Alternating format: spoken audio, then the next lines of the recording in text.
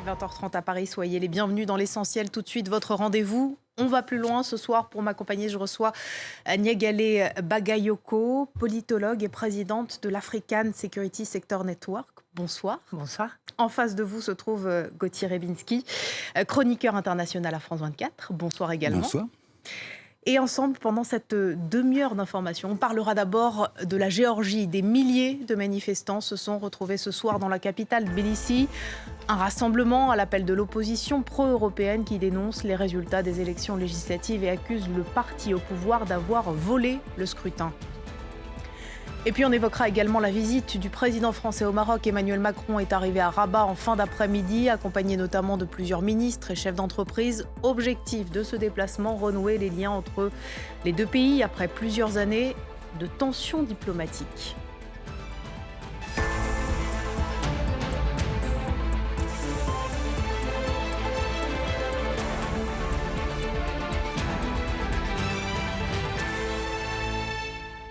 Des milliers de Géorgiens ont manifesté ce lundi soir dans la capitale Tbilissi. Ils se sont réunis à l'appel de l'opposition pro-européenne qui conteste les résultats des élections législatives, selon lesquelles le parti au pouvoir, qui est lui pro-russe, aurait recueilli près de 54% des suffrages. On va tout de suite se rendre sur place où se trouve notre correspondant Régis Janté. Régis, bonsoir. Comment comment s'est déroulée la manifestation ce soir? Est-ce qu'il y avait du monde? Oui, il y avait vraiment des dizaines de milliers de personnes et je crois que c'est une des plus grosses manifestations que j'ai pu couvrir pour nos antennes depuis une vingtaine d'années. Donc c'était vraiment impressionnant et ça en dit long sur la colère qui anime ces gens-là, le camp pro-occidental qui en fait représente l'essentiel de la société géorgienne. 80% des Géorgiens disent vouloir que leur pays devienne européen. C'est pas toujours aussi simple en réalité, mais c'est quand même très massif. Et là, on a pu le voir, des gens qui sont venus avec ce sentiment qu'on leur a volé leur vote. C'est d'ailleurs ce qu'a dit la présidente Salomé Zourabichvili, et des gens qui sont venus là pour défendre et leur vote et leur avenir européen. Et on sentait une forte détermination. Et contrairement à d'autres manifestations, il n'y avait pas que des jeunes, il y avait aussi toutes les générations qui étaient là ce soir devant le Parlement sur l'avenue Rustaveli à Tbilissi. Alors sur les images qu'on vient de voir, il y avait beaucoup de drapeaux géorgiens, mais aussi beaucoup de drapeaux européens. C'est ce que vous avez constaté également ? Oui, absolument. C'est vrai qu'effectivement la marque, si j'ose dire, de ces rassemblements, alors que le rassemblement du parti au pouvoir, qui a eu lieu mercredi dernier, eh bien, avait très peu de drapeaux européens, on n'en avait presque pas en réalité. Là, c'était vraiment massif. Des drapeaux ukrainiens aussi également, quelques drapeaux américains. Et voilà, on a affiché beaucoup aussi de pancartes, comme vous pouvez le voir, où on disait nous sommes européens, la Géorgie est européenne.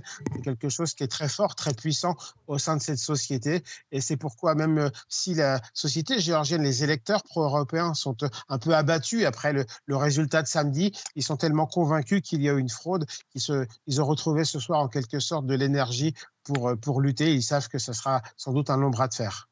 Régis Janté en direct de Tbilissi. Merci beaucoup pour vos précisions. On vient de le voir donc sur les images. Cette manifestation est impressionnante dans la capitale. Est-ce que c'est le début, selon vous, d'une nouvelle crise politique en Géorgie ? En tout cas, c'est le début de ce qui peut rappeler les manifestations des mouvements libéraux que l'on a vus à l'œuvre dans les années 2000, non pas seulement en Géorgie, mais on s'en souvient aussi en Ukraine, parce que toutes ces situations sont liées d'une manière ou d'une autre. Et ce que l'on peut aussi se demander, c'est la question de savoir si on n'est pas aussi au début d'une certaine reconfiguration régionale, parce qu'on sait aussi que les questions des frontières internes, externes du pays sont aussi en jeu dans la relation que la Russie, mise en cause dans ce scrutin, entretient avec la Géorgie. Alors justement, la présidente, on a entendu Salomé Zourabichvili, qui est pro-occidentale, accuse le parti au pouvoir d'avoir mis en place un système sophistiqué de fraude, des fraudes en amont et pendant le scrutin. Est-ce qu'on sait, Gauthier, à quoi elle fait référence ? Écoutez, c'est assez varié. Effectivement, il y a... On a vu plusieurs fois les systèmes de vote électronique. C'est pour la première fois des machines électroniques qui sont utilisées là-bas pour le vote, c'est voilà. Ça ? Et donc il y a évidemment des doutes sur la transparence de ces dispositifs. Mais vous avez aussi les méthodes classiques qui consistent à appeler quelqu'un, ou même plusieurs personnes, et dire toi, on sait pour qui tu votes, t'as pas intérêt à te déplacer. Ou bien dans certains coins, on organise quelque chose de festif en disant voilà, vous êtes un peu vous êtes dans la précarité, mais venez, il y aura de quoi manger, il y aura de quoi boire, etc., etc. Donc ça, ce sont les méthodes russes. C'est pas surprenant.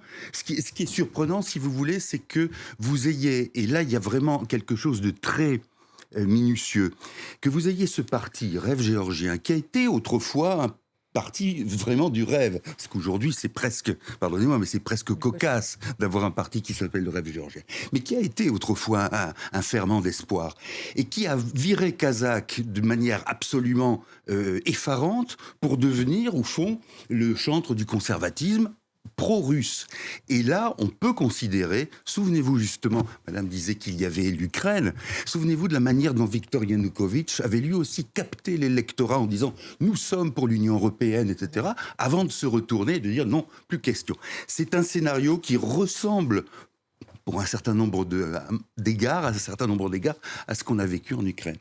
Une sorte de captation du vote et de retournement ensuite vers l'inverse de ce qui était la ligne de ce parti. Vous parliez il y a un instant des méthodes russes qui seraient derrière ces fraudes. C'est également le sentiment de la présidente Salomé Zourabichvili. On écoute ce qu'elle a dit tout à l'heure et on en parle juste après.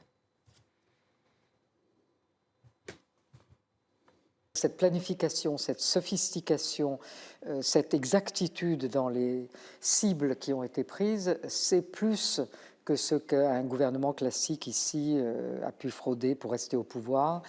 C'est un autre type d'organisation et de planification. Et compte tenu de ce que sont les relations entre le parti au pouvoir et la Russie, compte tenu du fait que leur propagande électorale était décalquée totalement sur la propagande russe et qu'ils ont des piaristes qui sont là aussi, qui viennent de Russie, c'est une méthodologie russe, c'est une opération de type russe. Ça ne veut pas dire que c'est très difficile d'accuser un gouvernement et c'est pas mon rôle, mais la méthodologie, elle est russe. Sans grande surprise, le Kremlin a démenti, mais si ces accusations sont avérées, quels peuvent être les objectifs de la Russie ? C'est vraiment de contrôler la Géorgie ? En tout cas, d'y avoir une influence qui empêche la Géorgie de satisfaire ses projets très pro-européens et également, sans doute, de promouvoir une vision très conservatrice. Parce que derrière les slogans qui disent oui, parce que c'est inscrit dans la Constitution, hein, le fait de devoir rejoindre l'Union européenne. Donc, l'OTAN également, il me semble. Et l'OTAN. Donc il y a cette sorte de rhétorique disant oui, nous respectons ces objectifs qui sont inscrits dans la loi fondamentale, mais rien d'autre ne confirme ça. Et il y a une contestation de toutes les valeurs également de l'Union européenne, que cela concerne les communautés LGBT+, ou que cela concerne aussi la religion, par exemple, hein, avec une volonté de rêve géorgien, peut-être, hein, c'est une question, de remettre la religion orthodoxe au centre de l'échiquier, tout comme c'est le cas côté russe. Donc ce ne sont pas forcément des dynamiques qui relèvent de ce qu'on appelle la hard security, enfin la sécurité au sens militaire du terme, etc. Mais d'un point de vue presque normatif, c'est beaucoup plus insidieux, c'est très normatif et ça cherche à promouvoir une sorte de soft power, si ce n'est autoritaire, en tout cas extrêmement conservateur et qui s'oppose explicitement au projet libéral européen. On en parlait il y a un instant, le parti au pouvoir, Gauthier, est considéré comme pro-russe. On l'a vu notamment au printemps dernier avec cette loi qu'il a fait passer sur les agents de l'étranger, donc qui est calquée sur un texte russe et qui cible directement les ONG et les médias qui sont financés par l'étranger. Pourtant, depuis Paris, on a quand même la sensation, on l'a vu tout à l'heure avec les images de la manifestation, que la population elle-même est profondément pro-occidentale, pro-européenne. Comment on explique cette dichotomie ? Alors, d'abord par le mécanisme que j'ai essayé de décrire tout à l'heure, c'est-à-dire la manière dont ce parti a changé au fond de nature. Hein, c'est mu, hein, c'est un peu l'histoire de la larve qui devient papillon, mais là c'est l'inverse. Hein, c'est retourné à l'état larvaire. Mais la question qui se pose évidemment, c'est de savoir pourquoi. C'est-à-dire, est-ce que les tenants aujourd'hui de Rêve géorgien sont intimement convaincus de la nécessité ou de la supériorité d'un modèle russe, ou bien le font-ils pour des raisons d'argent, puisque la corruption, non seulement en Géorgie, mais on le sait aussi en Russie, bien évidemment. Est-ce qu'ils ont été, au fond, adoubés par les Russes avec des sommes colossales en leur disant « si vous faites ça, vous serez, au fond, les nouveaux oligarques de la Géorgie » et puis encore, bien sûr, le fait de garder le pouvoir. Ça, c'est la question fondamentale, parce que, en quelque sorte, on ne sait pas exactement pourquoi ce parti s'est transformé, s'est métamorphosé. Mais ça veut dire, bien sûr, qu'il y a, on le voit, il y a une majorité, un seul indice. L'indice selon lequel une énorme quantité d'électeurs potentiels sont allés s'inscrire sur les listes. Est-ce que vous croyez sincèrement que c'était pour aller voter pour Rêve géorgien ?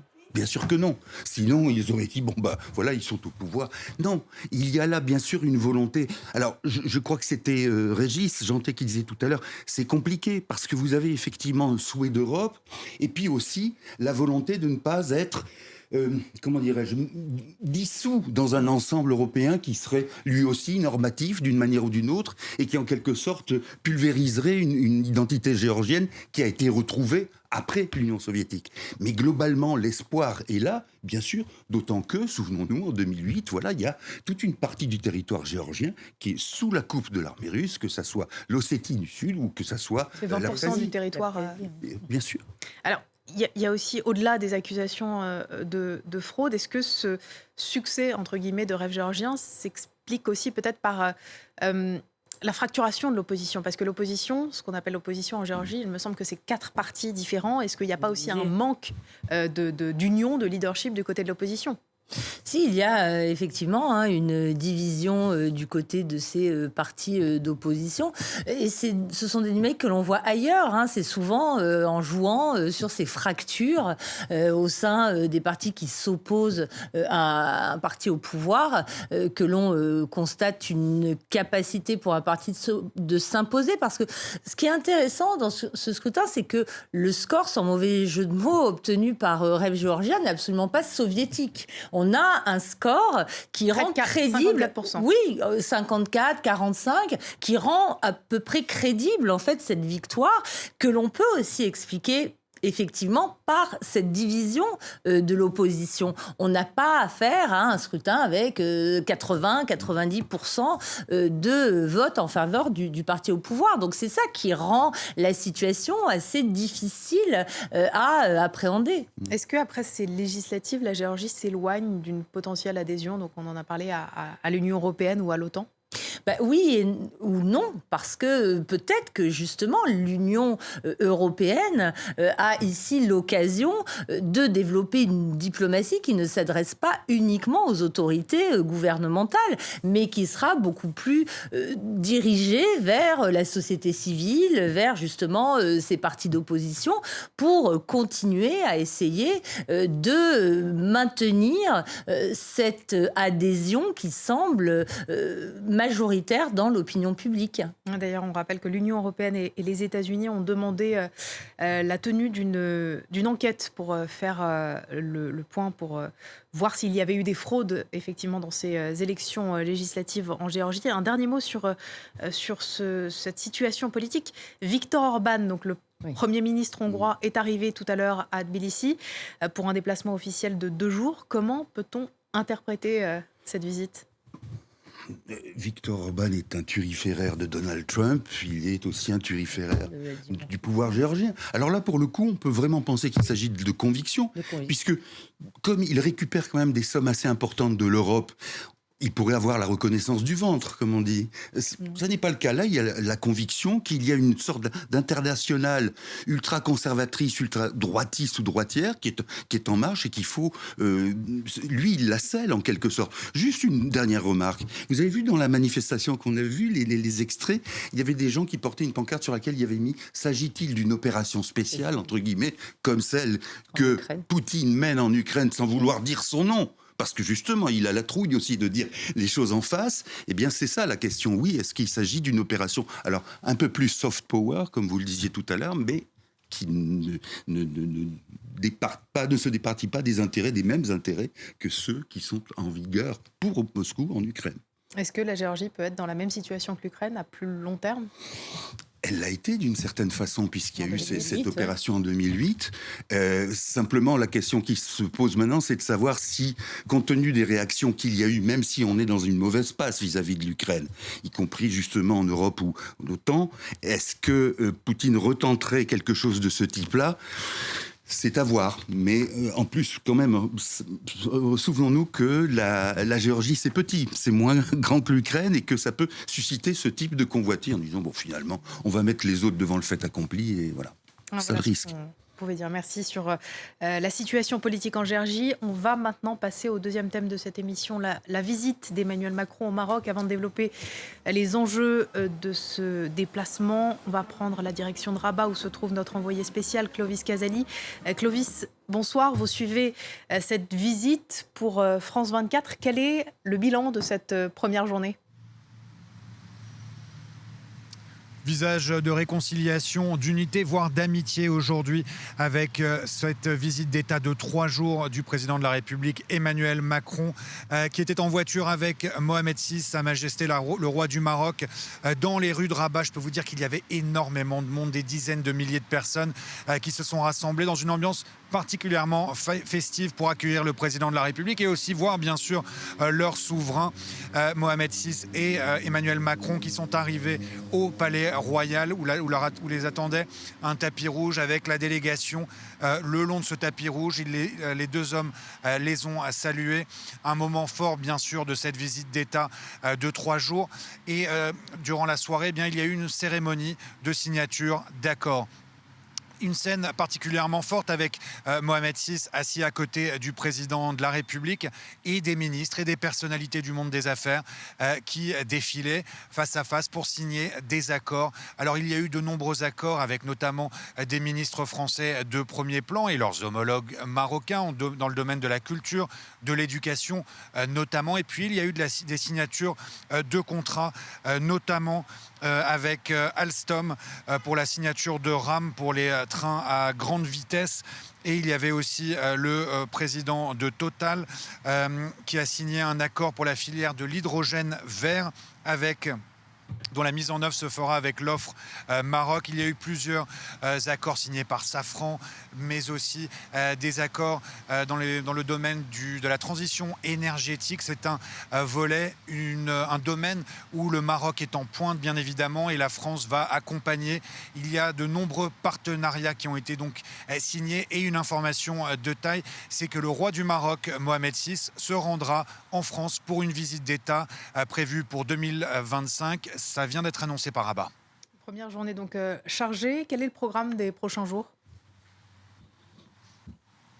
Eh bien, il y aura de nombreuses rencontres, là encore avec le volet économique qui est au cœur des discussions, car il faut le savoir, la France est le premier investisseur étranger ici au Maroc et inversement, le Maroc, premier investisseur africain en France. Des relations fortes au niveau économique avec 1000 entreprises françaises présentes ici au Maroc. Ça représente environ 150 000 emplois directs.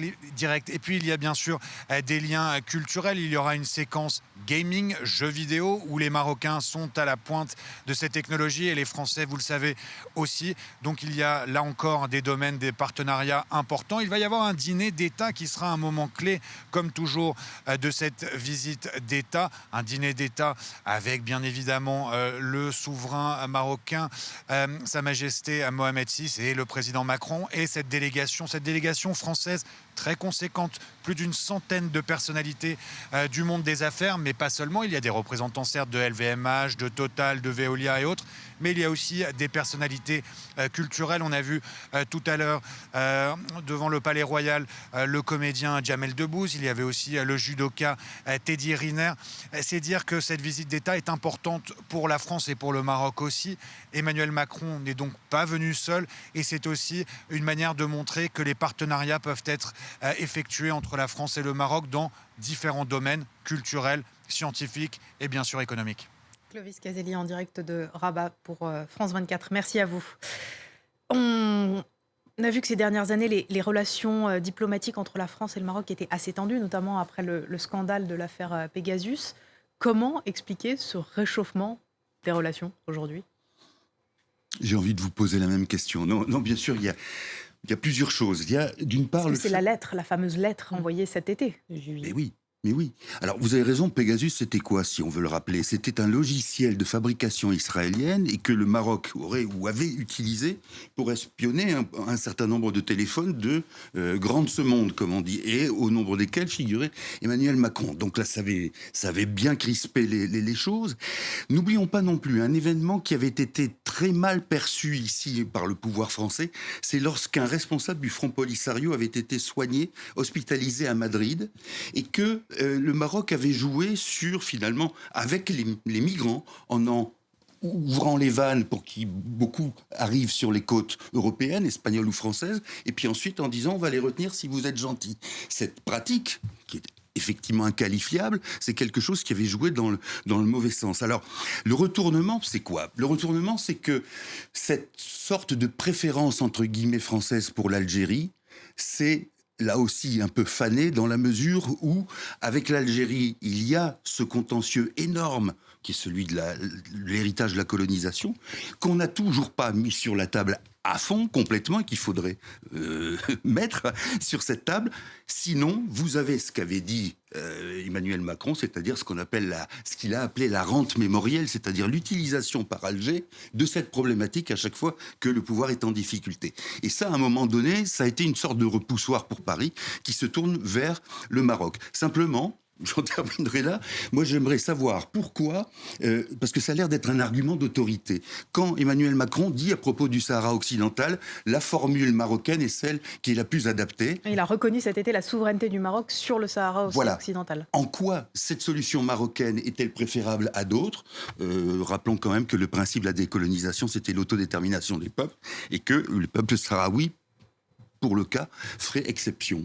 Est-ce que ce rapprochement avec le Maroc, c'est pas aussi une manière finalement d'essayer de compenser le sentiment anti-français qu'on observe de plus en plus sur le continent africain, notamment dans le Sahel ? Alors, c'est très intéressant de considérer les choses sous cet angle parce que ce qui caractérise très clairement la diplomatie de Mohamed VI par rapport à celle de son père, Hassan II, c'est une africanisation de sa politique étrangère, aussi bien d'un point de vue économique que politique. Et ça concerne aussi son grand rival, à savoir l'Algérie. Je vous donne un exemple. L'un des grands projets aujourd'hui portés par le Maroc, il est double. Il consiste d'une part à proposer aux États du Sahel d'être désenclavés à travers une ouverture sur l'Atlantique, ce qui s'inscrit dans un projet encore plus large qui s'appelle le projet de corridor euro-atlantique, qui impliquerait 3 États européens, la France, l'Espagne et le Portugal, et 23 pays côtiers du littoral africain, qui viserait à développer un autre espace maritime qui ferait pendant à celui de l'océan Indien. Et en effet, la France, je pense, a pris en compte ce type de projet, mais également le fait que l'Algérie, aujourd'hui, se retrouve assez isolée dans l'espace sahélien et ouest africain, avec des tensions très fortes avec le Mali, avec également le Niger. Et ça constitue une ouverture, y compris pour les entreprises françaises qui font partie du voyage. Cela dit, je pense qu'il ne faut pas s'y tromper non plus. Aujourd'hui, celui qui semble maîtriser le jeu, en réalité, ce n'est pas la France, c'est davantage le Maroc. Gauthier le disait très justement, à travers la capacité à maîtriser ou à instrumentaliser les flux migratoires, manifestement dans certains cas, mais aussi au niveau de l'opinion publique, une grande colère par rapport aux mesures de rétorsion qui ont été prises par la France, notamment par le ministre de l'Intérieur, Gérald Darmanin, dont la limite de visa. Sur les visas, dont semble vouloir s'inspirer Bruno Retailleau, alors que ça a été un échec dans la mesure où ce ne sont pas les migrants illégaux qui ont été touchés seulement par ces mesures, mais très largement les élites marocaines, intellectuelles, politiques, économiques, qui n'ont pas compris la façon dont la France, tout d'un coup, se fermait à ce qui était perçu comme un partenariat traditionnellement et historiquement installé et solide. Alors, on en parlait tout à l'heure avec Clovis, il y a énormément de contrats qui sont et vont être signés au cours de ce déplacement, beaucoup d'enjeux économiques. Comment expliquer que cette proximité économique entre les deux pays est restée malgré les tensions diplomatiques ? D'abord, alors... Est-ce que les deux pays ont besoin économiquement l'un de l'autre ? Oui, mais parce qu'aussi il y a une forme, j'allais dire de routine, non, c'est un peu trop fort, mais d'habitude à des conflits, à des frictions. Le Maroc, depuis, même si c'est justement la décolonisation du Maroc n'a pas été aussi dramatique dans la chair des gens, il y a quelque chose qui reste. Et il y a aussi, il faut bien le dire, une forme de crainte française vis-à-vis du Maroc. Oui. Parce que quand on évoque la mémoire de Hassan II, les prisons, les gens qui étaient dans les prisons de Hassan II, c'était pas des parties de plaisir. Et d'une manière aussi générale, et c'est là qu'il y avait, je rejoins ce que vous disiez, c'est là qu'il y avait une erreur profonde dans cette affaire de visa. D'une manière générale, quand on voit, par exemple, il n'y a pas de presse d'opposition au Maroc. Mais quand on voit que cette affaire de réduction du nombre des visas a frappé des gens précisément qui peuvent représenter des alternatives intellectuelles, futures et politiques, à l'actuelle situation et l'actuel pouvoir au Maroc, eh bien se priver de ces gens-là, c'est en quelque sorte finalement insulter l'avenir, et c'est pour ça que c'était une décision à très court terme et qui en plus a eu les effets que vous signaliez. Et ce sera le mot de la fin. Merci beaucoup Gauthier Rebinski, merci Niagale Bakayoko. On va plus loin, c'est terminé pour ce soir, mais on se retrouve dans quelques instants pour un nouveau journal.